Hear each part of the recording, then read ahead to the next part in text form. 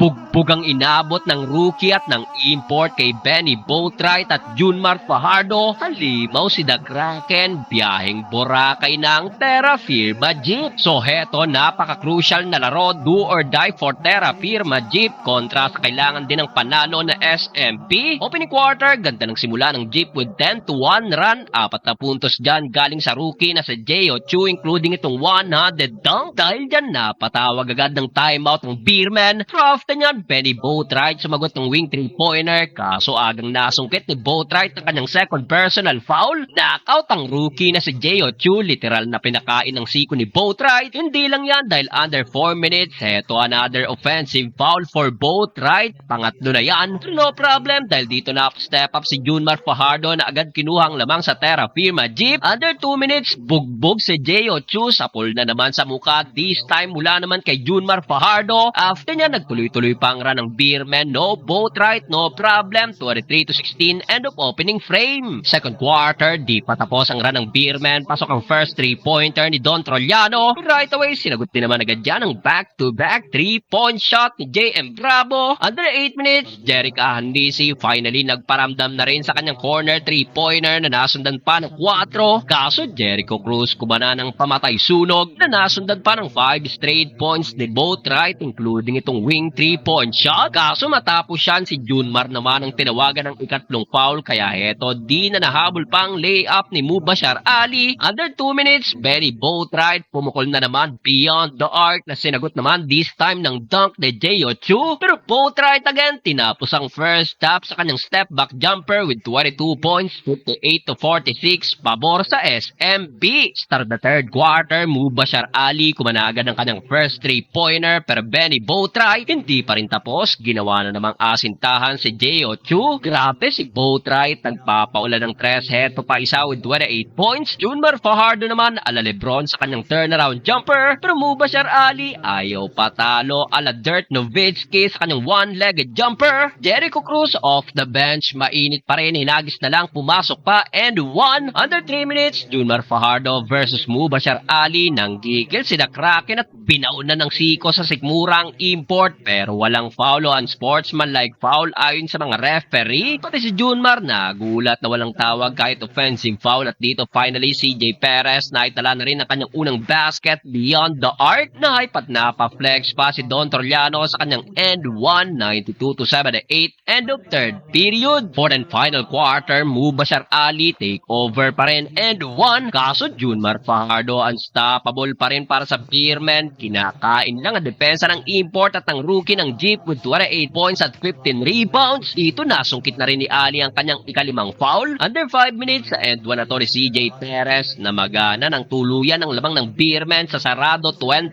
points. Sa uli, hindi na rin nakabalik pa ang Terra Firma, biyaheng Boracay ng Jeep at naangat naman sa standings ang San Miguel Beerman.